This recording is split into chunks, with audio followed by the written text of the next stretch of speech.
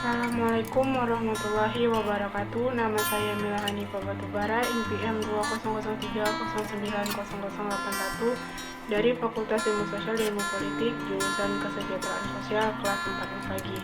Di sini saya akan memenuhi salah satu tugas mata kuliah psikologi untuk pekerjaan sosial, yang dimana saya akan menjelaskan mengenai bahan perkuliahan pertemuan ketiga yang bersumber dari buku yang berjudul Sosial Psikologi yang saya ambil dari bahan bab 1 yang isi buku pada bab 1 tersebut mengenai pengantar dan metode. Baik, saya sedikit akan menjelaskan mengenai isi buku Sosial Psikologi pada bab 1 yang dimana bagian 1 yaitu Perspektif Islam on Social Psikologi. Psikologi sosial berusaha memberikan kerangka kerja untuk memahami interaksi antara orang-orang. Perspektif yang telah diambil sesuai dengan cukup dekat dengan cara diadopsi di cabang lain psikologi. Mereka termasuk pertama, perspektif peran sosial. Gagasan tentang peran mungkin merupakan perspektif tertua tentang cara orang berinteraksi.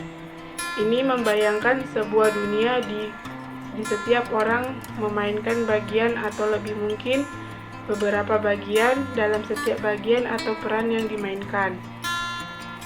Seseorang harap dibangkitkan dalam hal perilaku. Yang kedua, perspektif pembelajaran. Perspektif kedua adalah bahwa belajar yang berkonsentrasi pada stimulus dan respon. Ini kembali ke teori behavioris dan khususnya karya Watson tahun 1913 dan kemudian di Skinner tahun 1953 dapat didefinisikan sebagai peristiwa mengakibatkan perubahan perilaku seseorang. Kognisi sosial. Perspektif kognisi sosial cenderung menjadi yang dominan dalam beberapa tahun terakhir karena tampaknya memiliki penerapan yang lebih besar untuk topik yang lebih luas dalam psikologi sosial daripada yang lain. Perspektif inilah yang telah kami gunakan untuk memberikan kerangka pemersatu bagi buku ini. Hal ini analog dengan ide-ide yang dikemukakan oleh Tolman dan lain-lain yang berkaitan dengan peta kognitif. Fungsi skema. Yang pertama, penafsiran.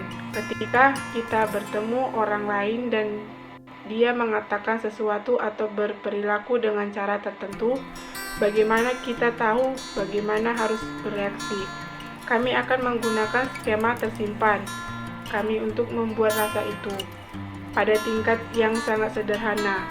Misalkan, kita bertemu seseorang dan sebagai tanggapan seperti biasa, "Halo, apa kabar?" Dia berkata, "Jauh lebih baik."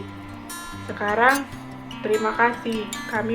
Kami memanfaatkan pengetahuan kami yang diperoleh dari pertemuan sebelumnya, bahwa individu yang bersangkutan telah dirawat di rumah sakit dan sekarang dalam pemulihan.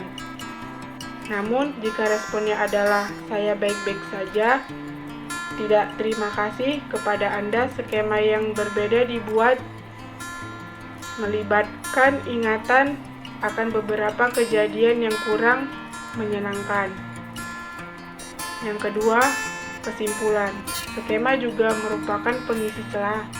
Mereka tidak hanya memberi kita sarana untuk menafsirkan rangsangan, tetapi juga konteks di mana rangsangan itu terjadi.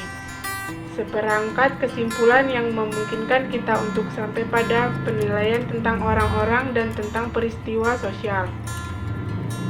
Dengan demikian, kita dapat dengan lebih cepat membangun gambaran yang lebih lengkap tentang konteks di mana sebuah pertemuan terjadi daripada yang mungkin terjadi jika kita hanya mengandalkan rangsangan di depan kita. Bagian kedua, metode dalam psikologi sosial. Telah mendaftarkan beberapa cara di mana ide-ide penelitian muncul yang pada gilirannya dapat disaring menjadi hipotesis, yaitu prediksi cara-cara di mana orang akan berperilaku yang dapat diuji secara objektif. Sumber untuk Untuk ide penelitian, yang pertama, studi khusus. Ini dapat berupa penelitian studi khusus formal atau pengamatan informal yang mengarah pada rasa ingin tahu tentang mengapa sesuatu terjadi dalam kasus tertentu. Yang kedua, paradoks, di mana beberapa peristiwa menonjol sebagai paradoks sebuah penjelasan tampaknya dituntut.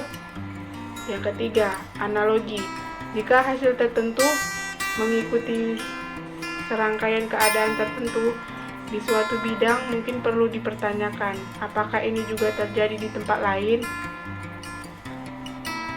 Adapun faktor eksternal yaitu yang pertama, karakteristik, yang kedua, permintaan, yang ketiga, kekhawatiran, yang keempat, evaluasi, yang kelima, harapan eksperimen, yang keenam, sebab dan akibat. Bagian ketiga, beberapa pertimbangan etis. Dalam buku ini tampaknya cukup untuk menyoroti beberapa masalah etika yang berhubungan secara khusus dengan psikologi sosial. Isu-isu tersebut berkaitan dengan hal-hal berikut: penjelasan dan persetujuan. Dia penting bahwa setiap peserta dalam studi psikologi harus sepenuhnya diberitahu tentang apa studi ini dan harus memberikan persetujuan untuk keterlibatannya di dalamnya.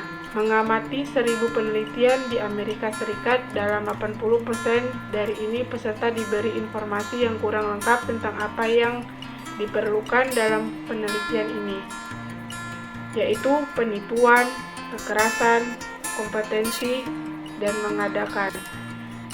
Dari faktor-faktor di atas, ada sejumlah studi terkenal di bidang psikologi sosial di mana penipuan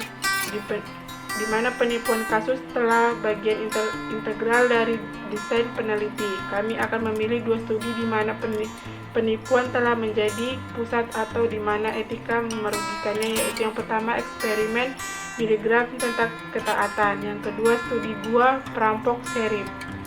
Cukup sekian presentasi dari saya, kurang dan lebihnya saya mohon maaf. Saya akhiri dengan salam. Wassalamualaikum warahmatullahi wabarakatuh.